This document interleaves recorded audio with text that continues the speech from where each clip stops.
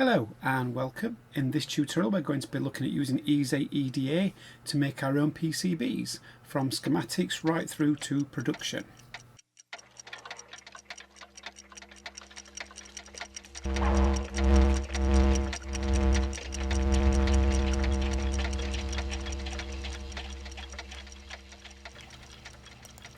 A quick disclaimer, I am not sponsored by EASYEDA or JLCPCB.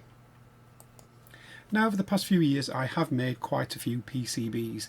My main reason is I want to get away from the clumsiness of some breadboards where wires can get popped out quite easily, but also maybe it can make just my soldering time a lot quicker and makes the board more robust over time by avoiding using such as like prototype boards.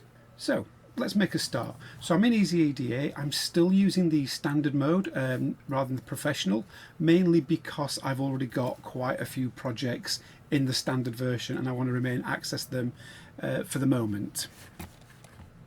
I'm sure they'll port across just fine, but at the moment I just want to keep access to all these folders. So the first thing, just to show a quick backdrop, in the past I've started with a schematic where you can see I've got an ESP microcontroller, some resistant LEDs. I then custom created a board outline of which then we can see in 3D view, of which was then sent to JLC for printing out. And then at that point I then hand soldered a whole bunch of boards ready for some classroom use. So let's just start by making a new project. So I'm just going to new project, new standard project. Like I said, I'm just sticking standard for the moment. I'm just going to call this Mini Dome PCB, which is the next thing that I want to make. I'm not going to bother filling the other details in. This is just for me at this time. Okay, now if you've never done anything like this before, please don't worry. When I did this, I'd not done it before either, and I was coming from a programming background, not from electronics. So the first thing we can do, if we look on Common Library, we can see we've got a whole bunch of components. If I want to, I could drag a resistor on. Oh, can't drag. Nope, I'm going to click it once, and I can place it. And I can click on the value, I can pop up here and just reset this sort of 330. Now this is making no difference whatsoever. This is just a drawing. It doesn't force you to use the correct resistor. I'm also going to grab an LED. Let's have a look for some LEDs. There we go, there's an LED. I'm just going to drag that on. Now if I want to just leave it at this was a simple circuit board, I want to plug a battery into this, I could come down here, choose one of these header pins, so I'm just going to say a 1x2. I could then click and put that on. Yeah, press escape. I'm going to rotate this round so it's facing the other way. Again, doesn't make a big difference. And I could now connect these up. All I've done is I've clicked and it's allowed me to draw. I think this is the right way around. So there we go, I've got a nice little simple circuit.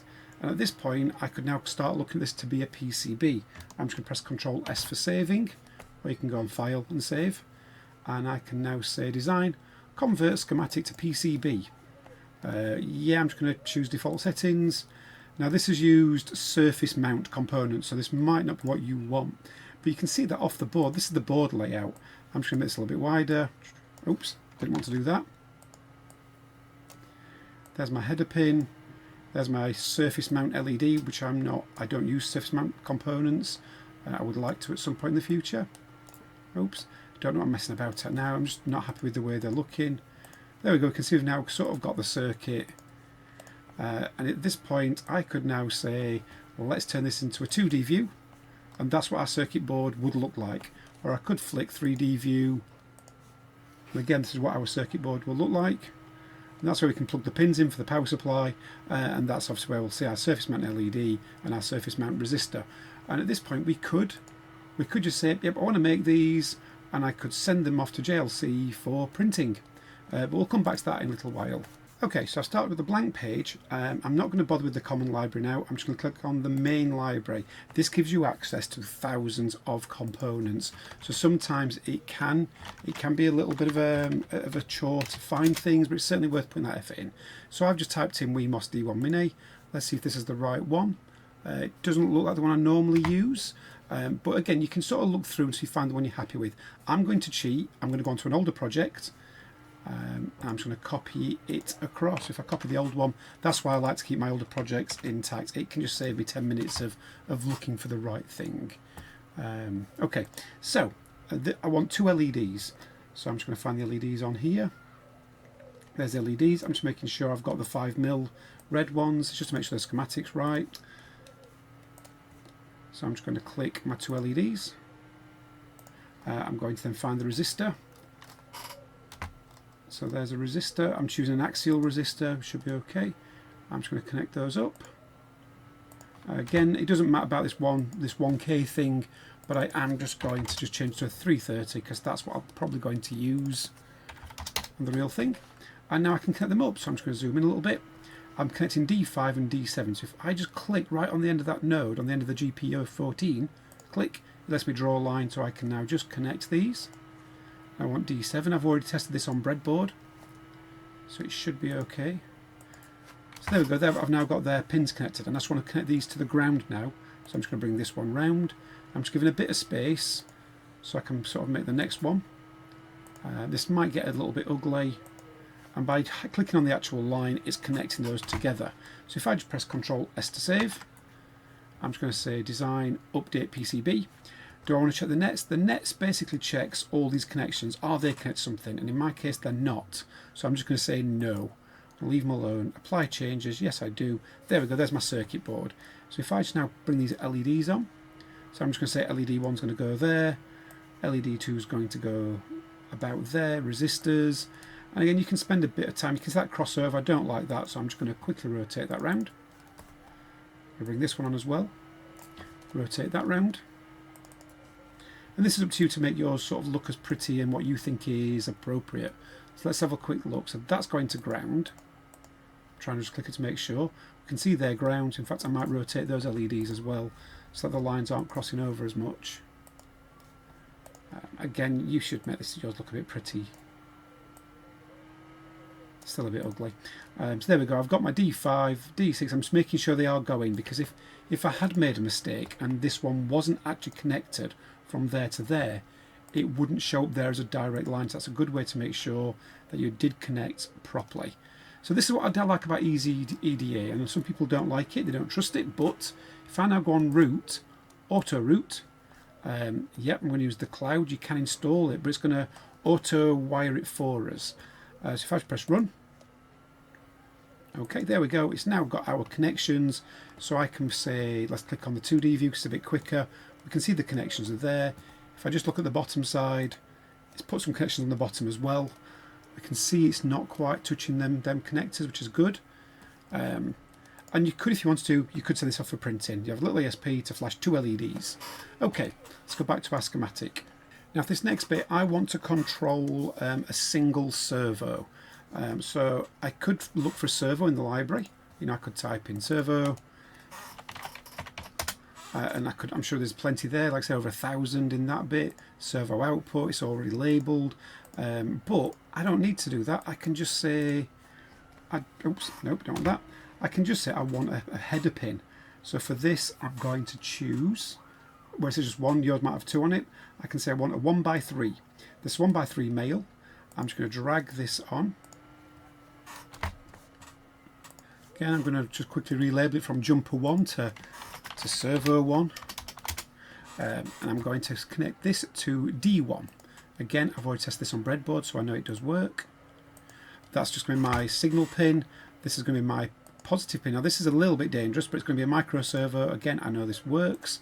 So I'm connecting the servo pin direct to the 5V pin. If I was using bigger servos, I would be having a separate supply to the servo itself. And now I can just connect this to the ground. So again, just like before, I can just draw this right up, click on there. We see the red dot, so it knows it's the connection. So now I've got a servo pin. I also want a little piezo buzzer for this, so that is just another 2 pins. I can go looking for piezo buzzer though. So I've just typed in piezo. Let's have a quick look. Yeah, probably do buzzer. That one. Let's have a, it's always a bit of a difficult decision of what you want to go with. I think that'll probably do. I'm going to place that. I mean, them pins look a little closer to the ones I normally use, but I'll stick with it for the moment. Oops. I've done this in the wrong place. This shouldn't be here. Because if I go back to the schematic, it's not there. So I shouldn't have done it on that little bit. So let's try again. These are the sort of common mistakes that we can make. In fact, was there one on there? You never know if there was one already built in. Nope.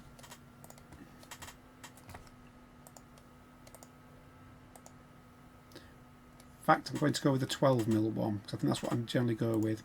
So there we go, 12mm, it'll do. Positive, let's have a quick look.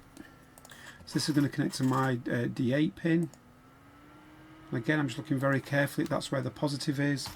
And I can loop this back round to the ground. Again, I know other people talk about ground planes and things, but like I said, electronics is not really my thing. I'm just going with what I know kind of works. So I'm going to have two things. One of those is going to be a capacitor, and the other is I want a RGB NeoPixel type LED. So what I want is a 100 UF capacitor, so I've just typed that in. There's one. I'm going to go for the first one. Hopefully this should be alright. I'm going to put that just there. It doesn't matter where it is on relation to the schematic. Again, 3 volts.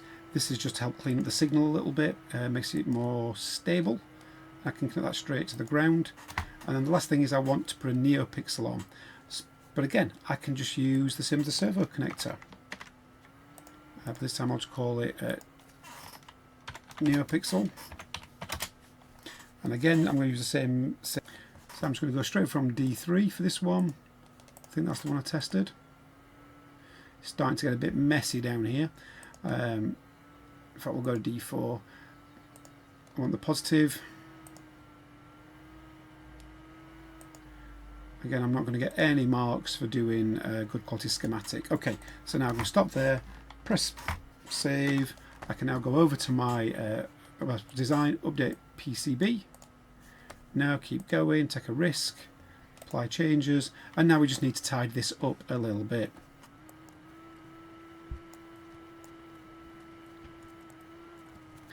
Okay, so it's a little bit tidier, not fantastic, but a little bit. So if I just now again have a quick look at this in 2D, just because of speed, there we go, we can see I've got a circuit board layout. Let's get rid of that. So another thing you might be interested in is putting your little logos on. Okay, so the next thing might be to put your logo, some text on there. So I'm going to start by going File, Import Image, select Image.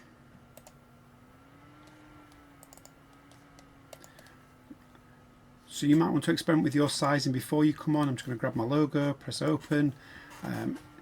It's a bit blurry, but it'll do. Image size 64 by 64mm. Might want to change that at this point, but we'll have a fiddle. So there we go. It's way too big, but I'm going to stamp it down anyway. I'm just going to click on it once. And I'm going to say I want this to be on my top silk layer. So now I can sort of move this around a little bit. Sizing, I'm just going to 32 by 32, see what happens. Bit smaller than that, I think. Let's try 24 by 24. That might do for the moment. I'm not going to print this one anyway. So either way, I could put that sort of there in the top corner, and now when I look at it in the photo view, there's my little logo. If I want to add more text to this, I could start just by, where are we up to? There we go. We've got the text tool up here somewhere. There we go.